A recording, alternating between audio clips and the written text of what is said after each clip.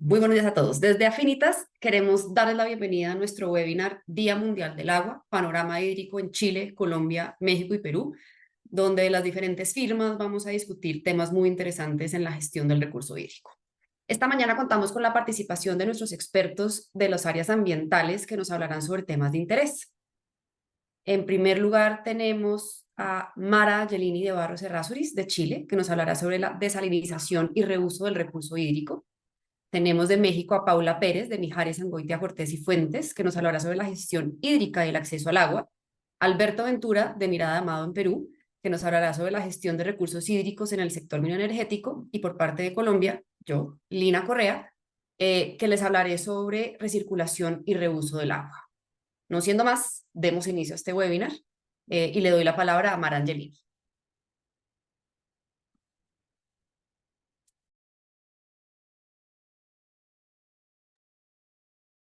Perdón, estaba muteada. Ahora sí. Hola a todos, buenos días, muchas gracias por participar en este webinar. Muy cortito, vamos a hablar todos solo 5 minutos de los temas principales acerca de los problemas de agua que hay en cada país. Yo les quería contar un poco de Chile.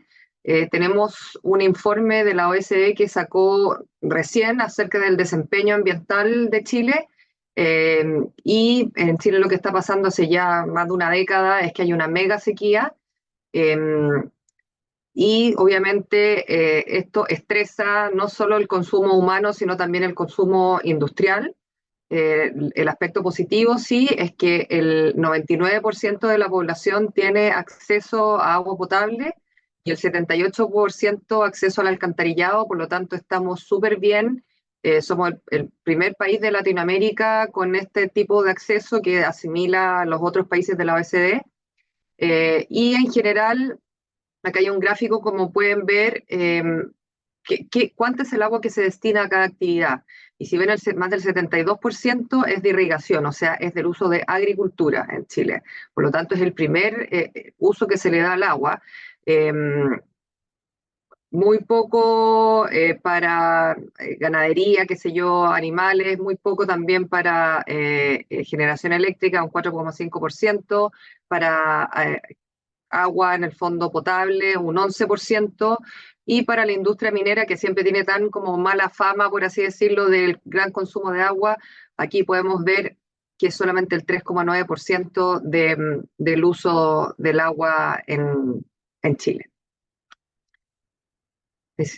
Perfecto, entonces los temas principales que yo quería hablar es acerca de la desalinización y el reuso del agua. Creemos que hay una necesidad urgente de avanzar en la normativa acerca de la desalinización y el uso de agua, sobre todo para la industria y la agricultura, para que ellos puedan a su vez subir en su consumo de agua desalada o reusar agua que, por ejemplo, ahora aguas de alcantarillado en el fondo que se restituyen al mar, sobre todo que se pierden, por así decirlo, al llegar al mar. Y para eso hay que cambiar la normativa en el fondo existente y habilitar a las empresas sanitarias, por ejemplo, para poder, que tienen concesiones en el fondo que se las da el Estado de Chile, para poder disponer de estas aguas.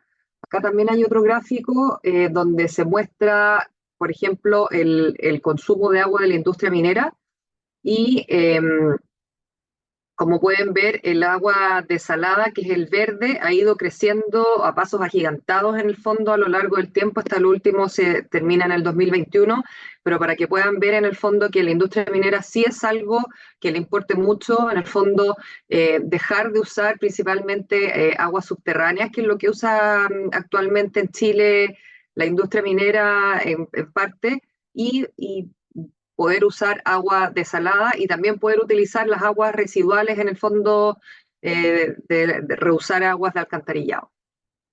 La siguiente, por favor. ¿Qué temas vemos como pendientes?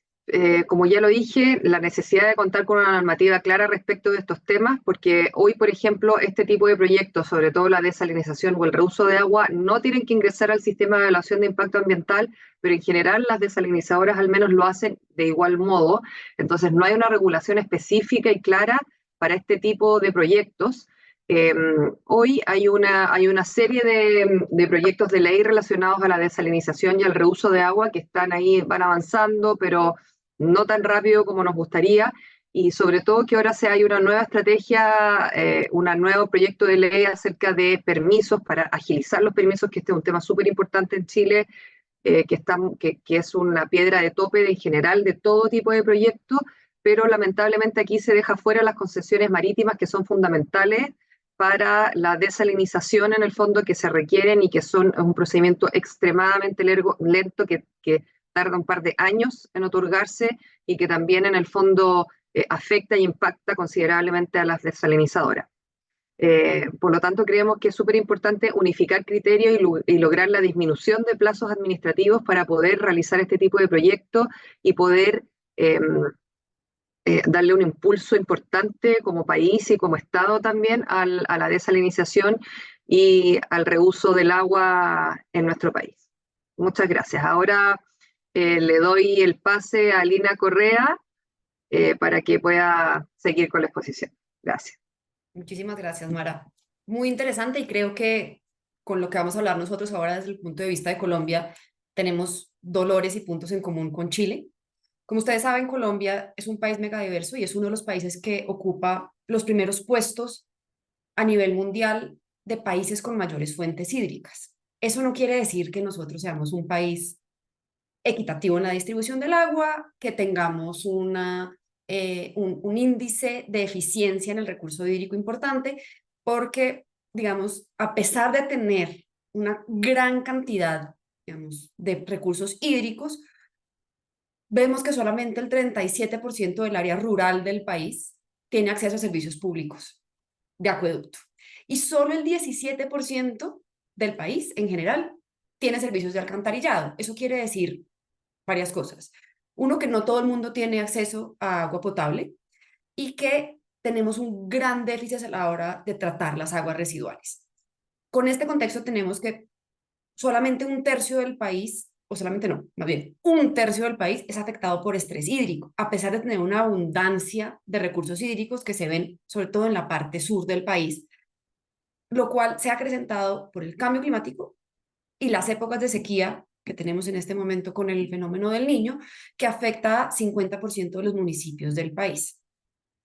La falta de tratamiento del agua residual implica que pues tengamos unos daños ecosistémicos importantes, una afectación a la calidad del agua y de alguna manera pues, estemos generando un estrés hídrico importante. En este escenario, a pesar de que tenemos riqueza de agua, no se está distribuyendo adecuadamente, la industria agrícola representa el mayor consumidor de recursos, el reuso y la recirculación del agua se vuelven una herramienta esencial para disminuir el estrés hídrico, ¿verdad? Al disminuir, digamos, el consumo directo de industrias que tienen un alto impacto hídrico eh, y su posible afectación porque nos disminuye de alguna manera los vertimientos o descargas de aguas residuales que se están generando en el país. Entonces, estos conceptos no son nuevos. En el país, digamos, desde el Código de Recursos Naturales estamos hablando en el 74 de actividades de reuso de agua, sobre todo a nivel industrial y para riego, siempre y cuando esto fuese técnica y económicamente viable. Posteriormente, en el 97, con la ley 373, que habla del plan de uso ahorro eficiente de agua, se establecía como una buena práctica. Una buena práctica se debía propender por el reuso del agua en industrias en las que esto fuera técnicamente y económicamente viable, y se fue desarrollando hasta que llegamos finalmente a la resolución 1256 de 2021, que es la que nos rige hoy estos dos temas. Reuso y recirculación. ¿Y por qué la distinción? Porque anteriormente solamente hablábamos de reuso y al ser las aguas residuales o las aguas servidas un bien público, pues debían tener una concesión de aguas y se estaban generando algunos problemas a la hora de recircular las aguas porque no se tenía claridad sobre si esto era una actividad permitida o no. Esta resolución nos distingue estos dos temas y permite de alguna manera a las actividades hacer esas dos actividades. ¿Qué es la recirculación? La recirculación es el uso de aguas residuales tratadas preferiblemente en operaciones y procesos unitarios dentro de una misma actividad. Es decir, el usuario generador y el usuario receptor es el mismo y se recircula, como bien su nombre lo indica, el agua, siempre y cuando esto se haga sin contacto al suelo. Y cuando se trate de suelo, soporte de infraestructura, quiere decir que yo en una misma actividad industrial puedo utilizarlo para lavado de fachadas, para descarga de aparatos sanitarios, para el sistema contra incendios, siempre y cuando no se esté generando escorrentía. De lo contrario, estaríamos hablando de reuso, que es cuando estoy usando las aguas residuales generadas por una actividad para un uso distinto al que las generó. Entonces, si bien tenemos la recirculación como tal, que me permite hacer el mismo uso en el agua, el reuso lo que dice es las aguas tratadas van a utilizarse para un fin distinto. Y en este caso, sí se requiere concesión de aguas y una autorización específica por parte de la autoridad donde se va a permitir hacer ese reuso sin garantizar el Estado, uno, la cantidad de agua que va a generar el usuario generador, que va a entregar al usuario receptor y no se permitirá para usos distintos al agrícola o al industrial, siempre y cuando se cumplan unos parámetros específicos. Eso es un avance importante porque ya tenemos varias industrias que lo están haciendo de manera sostenible. Estamos viendo ya algunas concesiones de agua que permiten este reuso de las aguas residuales tratadas, lo cual, como les mencionaba al principio, pues genera una disminución, uno, en el consumo de agua de fuentes naturales y disminuye asimismo la generación de vertimientos, lo cual a su vez pues impacta en la calidad del agua que están recibiendo nuestras fuentes naturales. Sin embargo, falencias o aspectos por reglamentar posteriores, no tenemos todavía unas mediciones específicas que nos permitan ver cuál es el impacto ambiental positivo o negativo que pueden estar teniendo estas prácticas aún. Las autoridades ambientales no están haciendo como tal una publicación de estas concesiones de agua, que creemos que esto va a cambiar ahorita con el registro único ambiental en los próximos años que ha sido reglamentado en el país para industrias diferentes a las manufactureras, nos va a poder permitir tener una información específica sobre cómo se está haciendo el consumo, reuso, recirculación y vertimiento de las aguas servidas para tener un panorama un poco más claro. ¿Por qué es esencial esto? Como lo decía Mara, en Chile, en Colombia también estamos teniendo unos temas de estrés hídrico. Entonces, esto va a ser muy importante en un futuro. Y no me quiero extender más porque creo que me pasé mis 5 minutos, pero quiero darle paso a Paula para que nos cuente desde México qué está pasando en la gestión del residuo, del recurso. Gracias, Lina. Buenos días a todos. Gracias por estar aquí con nosotros. Como saben, ahorita el tema del agua en México y el acceso al agua es un tema muy importante porque creo que por primera vez en ciudades como la Ciudad de México y la zona metropolitana del Valle de México estamos viviendo lo que es una crisis hídrica.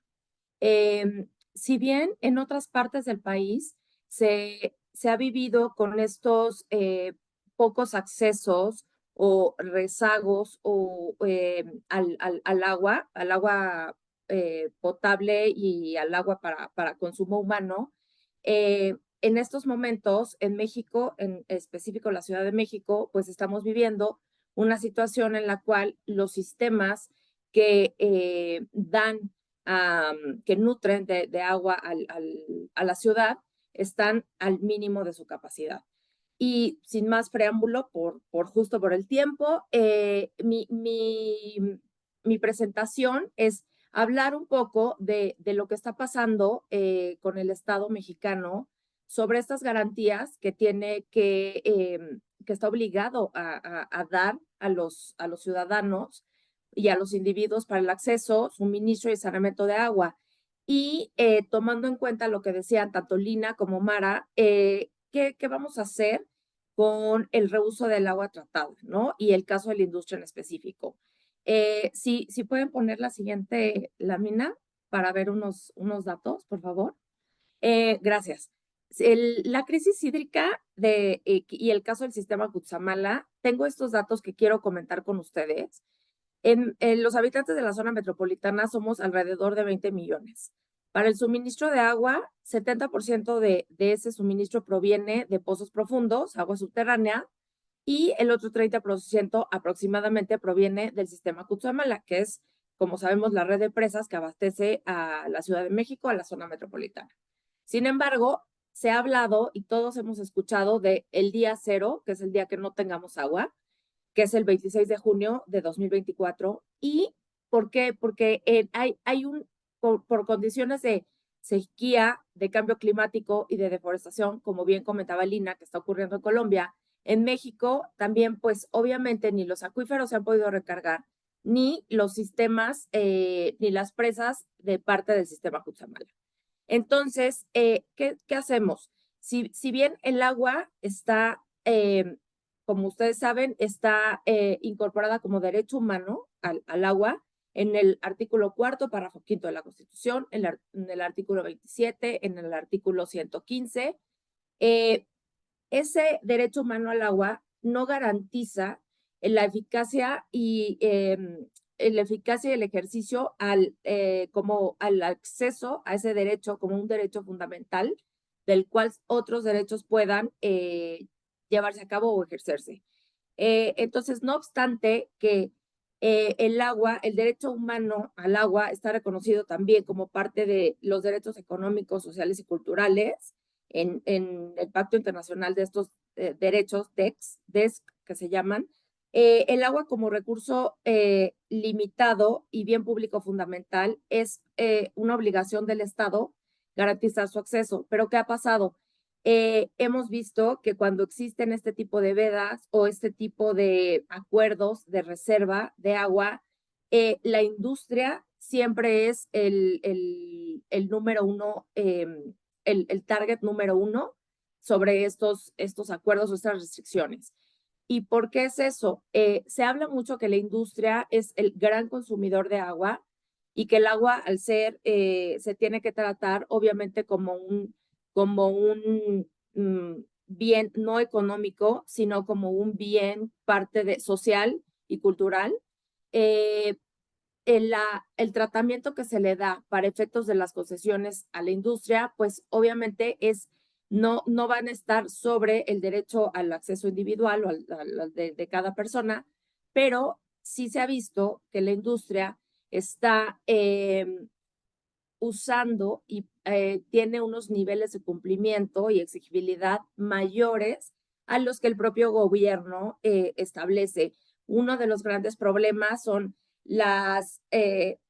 además de la sobreexplotación del acuífero y demás, son las fugas, es la infraestructura obsoleta y deficiente y es la poca inversión que se hace para el mantenimiento de estos equipos de agua.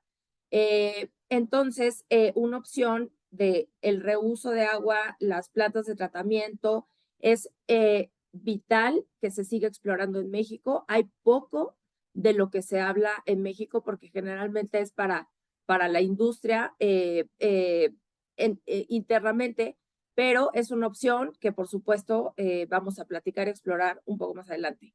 Y bueno, yo los dejo ahora con Alberto Ventura, mi compañero de Miranda Llamado de Perú.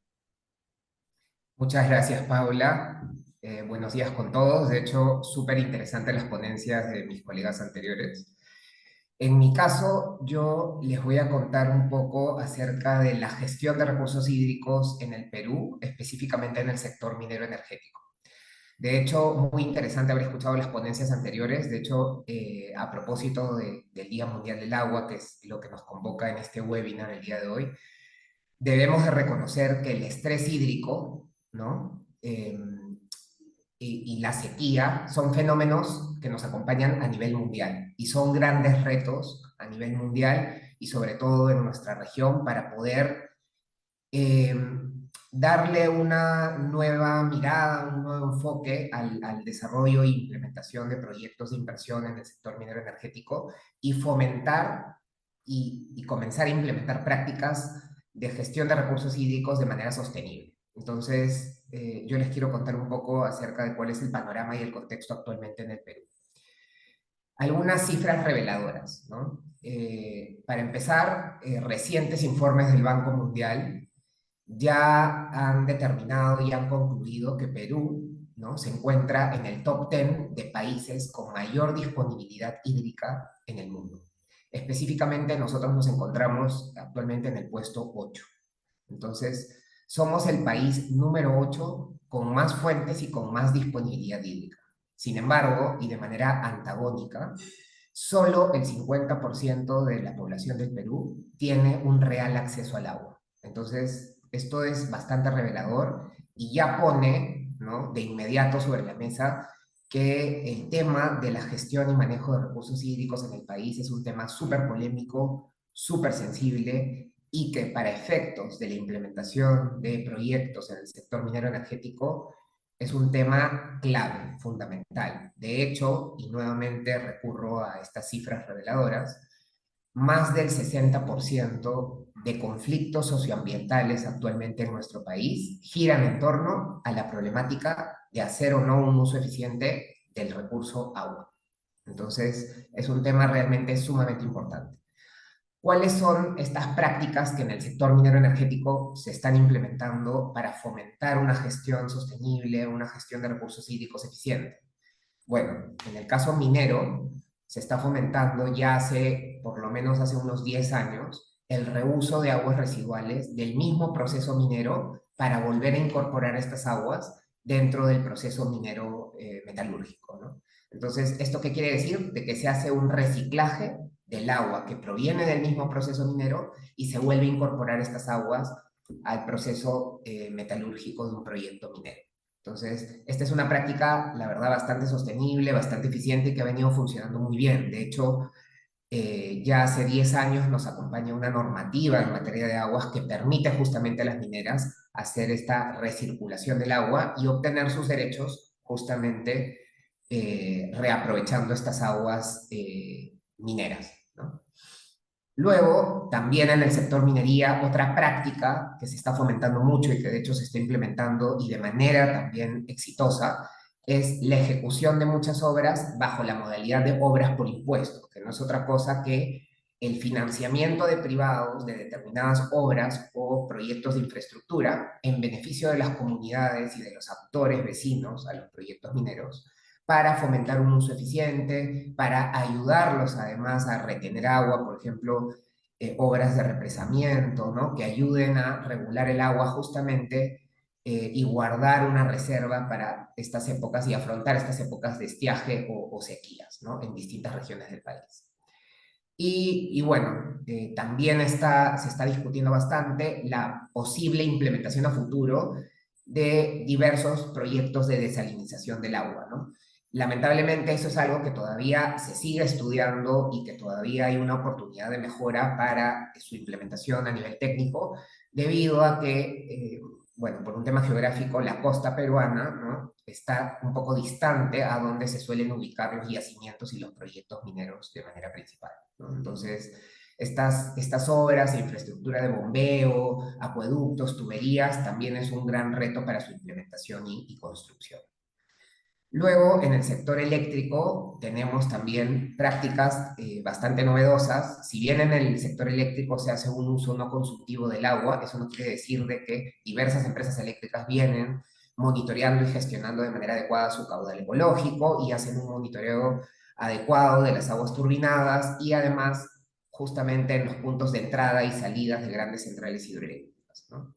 Y finalmente en el sector hidrocarburos también tenemos diversas prácticas para un uso eficiente del recurso hídrico. Por ejemplo, cuento de manera breve para no extenderme mucho, en los pozos petroleros, por ejemplo, donde se utiliza un agua de producción para pozos de inyección, también se implementan diversas prácticas para un uso eficiente y un uso sostenible del agua y se implementa una serie de monitoreos y compromisos socioambientales que finalmente son incorporados en los diversos instrumentos de gestión ambiental de los titulares de estos proyectos y que son monitoreados de manera constante por las diversas autoridades competentes, ¿no?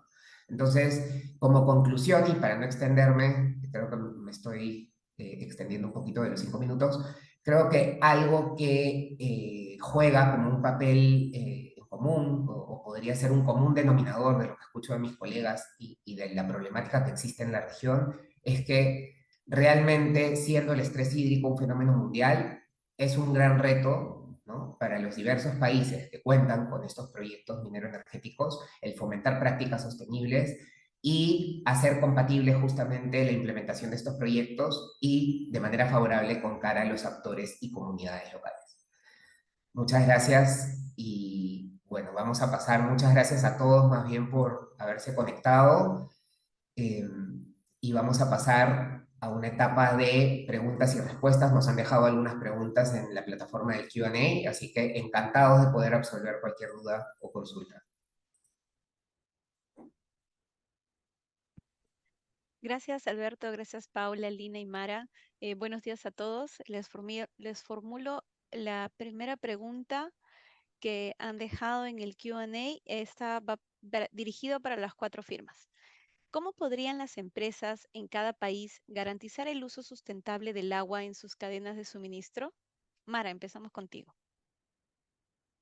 Bueno, me parece que hay como dos cosas que se juntan acá. Por un lado, la legislación en el fondo que obligue a las empresas a hacer uso sustentable de sus aguas, eh, que eso ya hay bastante avanzado en el fondo en Chile, de cómo tienen que disponerse las aguas, de los requisitos que deben cumplir las aguas residuales, etcétera. Pero me parece que las empresas tienen que ir hoy por hoy más allá de lo que obliga la normativa en el fondo y ser pioneros también en poder hacer uso sustentable del agua, en poder lograr, por ejemplo, acuerdos entre minería y empresas sanitarias para el reuso de agua. Hay muchas cosas que son como swaps de agua, que se cambia un agua que se usa, que no es necesario que tenga esa calidad por una de peor calidad, etcétera. Entonces, podemos ver que también en el fondo depende de las áreas de sustentabilidad de cada empresa, eh, lograr soluciones creativas para poder hacer esto, ya que, como vemos, con el cambio climático es algo que va a ir de mal en peor, que todos sabemos eso, y eso es algo que tenemos en común las 4 jurisdicciones acá y todo el mundo en general. Entonces, que también es importante que las empresas tomen la batuta en el fondo en este sentido y logren soluciones creativas y con tecnología para poder afrontar la sequía. Yo creo que el primer punto es empezar internamente a validar, uno, los consumos de agua que se están teniendo, las necesidades reales de la actividad productiva que se tenga y establecer, como bien lo decía Mara, sistemas de eficiencia de agua. Nosotros en Colombia tenemos la obligación de tener programas de uso de ahorro eficiente de agua para quienes tienen concesión de aguas. Sin embargo, las medidas que están establecidas en esos programas de uso de ahorro eficiente de agua deberían ser prácticas comunes a todas las industrias, independiente de que el agua venga del acueducto o de una fuente natural. Eh, por lo tanto, un autodiagnóstico para determinar si efectivamente estoy haciendo un uso eficiente del agua va a ser esencial. Más allá en los reportes de sostenibilidad, si uno lo que quiere ver es en las cadenas de suministro qué está pasando, sí debería haber cada vez más una responsabilidad de saber yo con quién estoy contratando y cuáles son sus prácticas sostenibles. Y eso se va a ver reflejado cuando los informes de sostenibilidad se vuelvan obligatorios, que para allá está apuntando, por lo menos en Colombia, las supersociedades, eh, para poder determinar en las cadenas de suministro, tanto hacia atrás de quien yo les estoy consumiendo, a quien le estoy dando los servicios, cómo están haciendo esas prácticas de sostenibilidad. Y ahí los temas de reuso, recirculación, desalinización del agua, incluso instalación de sistemas de ahorro y demás, van a ser esenciales. Paula, ¿cómo está en México? Cuéntanos. Claro, gracias. Gracias, Lina y Natalia. Pues miren, en México el tema del uso sustentable de recursos en general, ahorita vamos a hablar de agua, en cadena de suministro, está muy, muy vigente y más allá del marco normativo, porque el marco normativo, como tal lo hemos visto, la Ley de Aguas Nacionales y todas las iniciativas que están en Congreso, como la Ley General de Aguas, que se ha hablado muchísimo en los últimos tiempos, no, la ley vigente no tiene ahorita las disposiciones relativas a que el uso sustentable del recurso del agua en cadenas de suministro.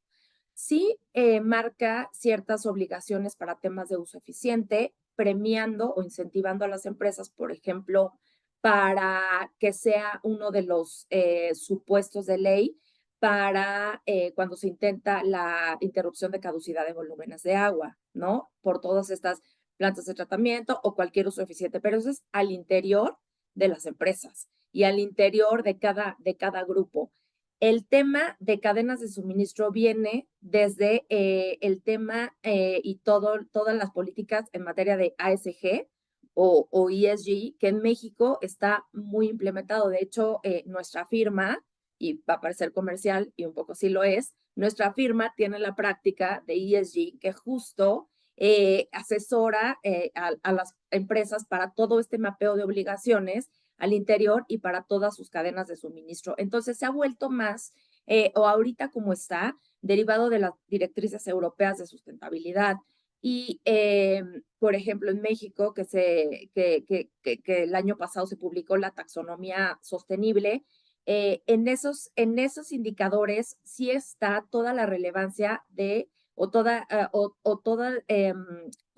cómo yo puedo decir que mi actividad es sustentable, por ejemplo, haciendo uso eficiente en cadenas de suministro, cuando todo con que trabajo, toda la red de suministro para la industria o para una industria es sostenible, ¿no? Entonces, de esa manera sí voy a poder decir yo que mi actividad y el uso de mi recurso es sostenible. Ya, Alberto, adelante. Creo que ya me pasé. Muchas gracias, Paula. Bueno, a ver, yo diría, la verdad, que no hay una respuesta única, ¿no? No hay una sola respuesta a esta pregunta. De hecho, es una respuesta bastante compleja y creo que va a depender mucho, uno, de la realidad, ¿no? Del país donde se implementen estos proyectos que tienen el gran reto de hacer una gestión y un uso responsable del recurso hídrico, y va a depender de la realidad misma de cada proyecto, ¿no? Porque no es lo mismo, digamos, para una minera hacer un uso responsable o sostenible del agua, como lo decía justo en mi exposición de manera breve, que para una eléctrica, ¿no? O como para una petrolera.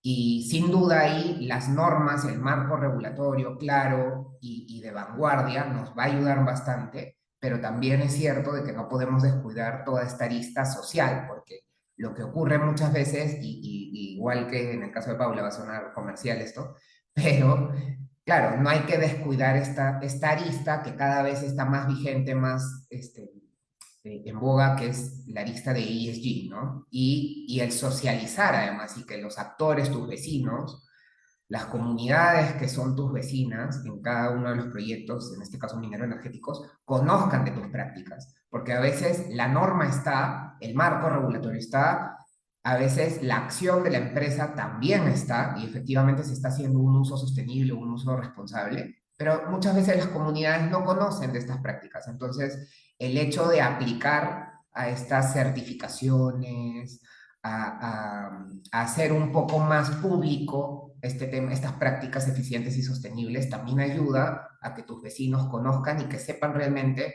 qué es lo que estás haciendo tú en el día a día, ¿no? Entonces, en Perú, por ejemplo, sí tenemos algunas ya certificaciones a nivel de recursos hídricos que certifican que determinados proyectos están haciendo uso efectivamente sostenible y adecuado del recurso, ¿no? Entonces, eso también ayuda bastante. Muchas gracias, Alberto, y a todos. Ahora les hago otra pregunta también para los cuatro. ¿Cuáles son las perspectivas de la gestión del agua en sus países? Mara, nuevamente contigo. Eh, Mira, en general, las perspectivas para la gestión del agua en los temas que yo hablé, que es la desalinización y el reuso, hay muchos proyectos de ley que están dando vueltas. Hay proyectos de ley desde que obligan para obligar a las mineras a usar solamente agua desalinizada, hay proyectos de ley para el reuso del agua, hay proyectos de ley para que las desalinizadoras deban ingresar obligatoriamente al sistema de evaluación de impacto ambiental, porque hoy no lo tienen que hacer por obligación, pero ingresan igual por otros temas. Hay muchas como proyectos de ley y en el fondo como empuje que se le está dando a esto en Chile. Y lo que hablaba también de tratar de acelerar la permisología que ha estado bien últimamente cuestionada en el fondo en nuestro país, eh, pero son cosas que obviamente requieren tiempo y que requieren del Congreso, que siempre no es lo rápido que uno quisiera en el fondo en poder sacar estos proyectos de ley, o hay cosas que son contradictorias, o hay cosas que tienen un lado bueno y un lado malo. Entonces, en general, vamos viendo que se avanza, eh, y ojalá que en el fondo también sea una labor del Estado ponerle más punch a esto para hacerle frente a la sequía, que es un tema que nos interesa mucho a todos. Entonces, en Colombia, el Plan Nacional de Desarrollo del actual gobierno, uno de los ejes transversales es el acceso al agua. Y hemos visto las diferentes iniciativas que ha tenido, digamos, el gobierno frente al acceso al agua en regiones que son históricamente secas, como por ejemplo el norte del país, en La Guajira. Entonces, ¿qué se viene en gestión de agua en Colombia? Uno, garantizar el acceso equitativo al agua de todo el país. Como les decía en la presentación, pues solo el 37% del área rural tiene acceso a un servicio público de acueducto. Entonces, creemos que el principal focus del país debe estar en garantizar que todos los ciudadanos tengan ese acceso al agua potable. Viene igualmente una reglamentación frente a los usos de agua salada. Sabemos que en el ministerio vienen proyectos para regular las concesiones de agua de mar, porque por ahora solamente hay algunas autoridades ambientales que lo están regulando de esa manera, el resto pareciera que fuera libre. Y por ende también los criterios de calidad de agua de mar. Todo esto, digamos, para garantizar un poco el acceso a agua de todas las industrias, pero sobre todo de consumo humano. Y por el otro lado, pues una parte es consumo, otra parte va a ser tratamiento de aguas residuales. Hay un déficit general de los servicios públicos de alcantarillado y por ende del tratamiento de las aguas servidas, que también va a ser uno de los impulsos más importantes que va a tener, esperamos, el gobierno frente a iniciativas público-privadas para poder hacer proyectos que busquen tanto suministro como tratamiento de las aguas. Creería que eso va a ser como lo que se viene en gestión del recurso hídrico. No sé, en México, ¿cómo lo ves tú, Paula? Gracias. En México, ¿qué les puedo decir? A ver, tal como decía Lina, además de la norma sustantiva que tenemos, la Ley de Aguas Nacionales, la Constitución y el reglamento, claro, está el lineamiento específico en el Plan Nacional de Desarrollo del actual gobierno de México, el garantizar el acceso al agua, al saneamiento de esta agua como una condición para realizar, para poder ejercer otros derechos humanos, ¿no? No obstante, como comentábamos hace unos momentos y escuchando que en la perspectiva de los diferentes países, tenemos en Latinoamérica la misma crisis hídrica, el mismo problema de deficiente o mala gestión gubernamental respecto a garantizar este acceso al agua y a la gestión hídrica. Hemos visto, y lo decía hace unos momentos, el gran problema, creo, si bien no es la normativa está, pero el hacer que esa normativa funcione se ha vuelto bastante complicado por diversos factores, por factores poblacionales, por falta de recursos económicos, y sí lo que consideramos que al menos en este gobierno ha pasado, que para la industria, para el sector industrial, se ha visto bastante observado y bastante impuesto demasiados criterios, además u obligaciones, además de lo que se tiene que cumplir, ¿no? No estoy excusando, digamos, a la gestión industrial o a lo que está haciendo el actual gobierno, pero digamos que este impulso a otros esquemas como lo que decía del tratamiento de agua, de reuso, se ha quedado como que en un plano muy mínimo y estamos viviendo una crisis que explotó, ¿no? Alberto, adelante. Gracias, Paula. Bueno, a ver, a nivel de Perú, ¿qué es lo que se viene en temas de recursos hídricos?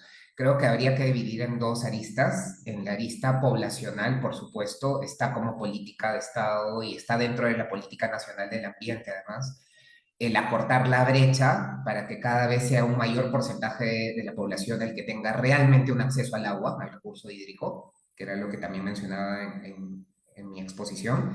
Y a nivel productivo y a nivel minero energético, creo que la normativa está bastante bien adecuada actualmente para seguir fomentando prácticas hacia una gestión sostenible y eficiente del recurso hídrico. Y creo más bien ahora que el gran reto es seguir impulsando estas nuevas reglamentaciones o lineamientos para fomentar a que cada vez más empresas se adhieran a estas certificaciones, ¿no? Que garanticen que efectivamente se hace un uso adecuado del recurso, que lo puedan socializar con los actores involucrados en cada proyecto de inversión. Y nada, y las prácticas se mantienen, ¿no? Está el reuso de aguas, la futura desalinización en varios de los proyectos también mineros, entre otros, y en general hacer un uso eficiente y socializar y que quede claro en cifras, en documentos, de la mano con las normas, que la implementación de un proyecto no es incompatible para nada y no se le está quitando para nada agua o acceso al agua a nuestros vecinos, ¿no? Entonces, eso es algo que se da en la práctica, pero como decía, a veces, muchas veces por desconocimiento, es una práctica que no se llega a socializar del todo y que es necesario para el total entendimiento de todos los actores involucrados. Muchas gracias a todos. Tenemos todavía algunas preguntas. Como tenemos tiempo, nos vamos para las preguntas direccionadas. Mara, esta pregunta va para Chile. ¿Será el agua de mar desalinizada competitiva en costo con el agua dulce de río en las regiones semiáridas? Eventualmente, yo creo que el futuro para Chile es de todas maneras la desalinización en ese sentido. O sea, em, los ríos o el agua subterránea y los acuíferos en general van a propender a ir a la baja siempre con el cambio climático, entonces eventualmente construir sistemas de desalinización, sabemos en el fondo lo largo y angosto que es nuestro país y lo largo que tienen que ser las tuberías en el fondo para poder llegar y para poder llegar tanto a zonas industriales como a zonas pobladas, que eso es lo más costoso al final y lo más complicado por todos los permisos que hay que obtener, por todo el uso de suelos, servidumbres, concesiones mineras que hay, sobre todo en la zona norte del país. Eh, pero a mí me parece que como estamos viendo y nosotros como oficina también, como vemos a los distintos clientes, sobre todo clientes mineros, que están apostando todas sus fichas en la desalinización y para allá va el futuro. O sea, por mucho que todavía no sea costo eficiente, costo efectivo y sea más barato el agua, en el fondo dulce que el agua desalinizada, yo creo que vamos, ese es el camino que tiene que tomar Chile y lo que tenemos que fomentar. Muchas gracias, Mara. Ahora una pregunta para Lina, de Colombia. ¿Cómo el recurso hídrico contribuye a la transición energética? Ok, gran pregunta. La matriz energética de Colombia es en su mayoría hídrica. Nosotros tenemos un 80-90% de la matriz es hídrica porque es hidroeléctrica. Para la transición energética, estamos viendo el recurso hídrico, uno, en las pequeñas centrales hidroeléctricas consideradas, digamos, como energías renovables, dos, como fuente esencial para el hidrógeno, que es una de las apuestas que tiene el país como vector, digamos, de generación de energía. Entonces, creemos que juega un papel central, si bien la idea es tratar de diversificar la matriz y pasar de una matriz meramente hídrica a otras fuentes como la eólica, la solar, la geotermia y demás, pues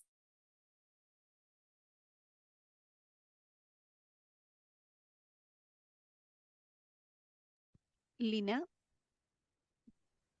Un momento, yo creo que su conexión falló. Sí, ¿no? Me parece que Sí, su Creo que es la sí, sí. conexión. falló. Vamos a esperar a Lina. Voy a aprovechar entonces este momento hasta que Lina hace su reconexión para hacerte una pregunta, Paula, que nos dejaron ahí también. Creo ¿Cuál que, es? ¿Ya creo que ya está volviste? Lina, ¿eh? ¿Sí? No Lina, sé qué Sí. pasó. dale. Continúa, No, pero Lina, continúa. termino rápidamente. Simplemente va a jugar un rol esencial porque vemos que están otras fuentes de generación de energía, como podrá llegar a ser el hidrógeno, que va a seguir dependiendo del recurso hídrico. Y ese es uno de los temas que va a regular el gobierno prontamente, esperamos.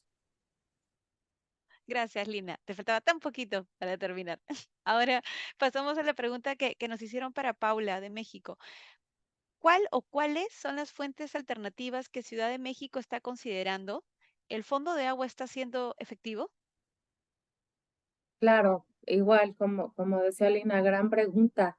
Me parece que no lo tiene claro el gobierno. El fondo de agua eh, no podría decir que claramente estamos viendo que no está siendo efectivo por la crisis hídrica y por la deficiente gestión hídrica que tenemos en este momento. Y me permito decir que no habíamos sido tan conscientes de eso, por lo menos a nivel individual, eh, porque a nosotros en las grandes ciudades, pues no vivíamos esa falta de acceso, ¿no? ¿Cuáles son las alternativas que está buscando, que se está buscando? Creo que la primera alternativa es pues esperar a que venga la época de lluvia, pero eso claramente es, no pudiera dejarse que eso fuera la única opción, ¿no? Se ha estado hablando muchísimo del día cero y es el día que se acabe el agua para todos, al menos aquí en la zona metropolitana, que es el 26 de junio y estamos a poco tiempo que eso ocurra y evidentemente pues sería algo terrible que pasara. Lo que estamos viendo a nivel empresarial, eh, lo que estamos viendo a nivel empresarial es que muchos y nuestros clientes nos preguntan por todos estos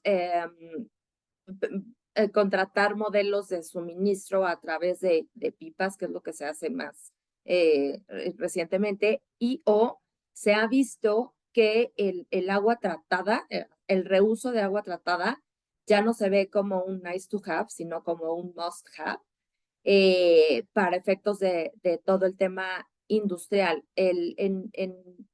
Lo que veo yo para consumo humano y para el tema social es que se está viendo un mercado negro del agua tremendo porque como no está regulados, eh, la, como no está regulado el tema de los precios, el agua pues no se puede comprar, ¿no? Se concesiona a través de estos instrumentos del Estado, ya sea concesiones o asignaciones, y existen organismos operadores a nivel municipal, los cuales son los encargados de dotar el agua, como por ejemplo SACMEX en la zona metropolitana del Valle de México.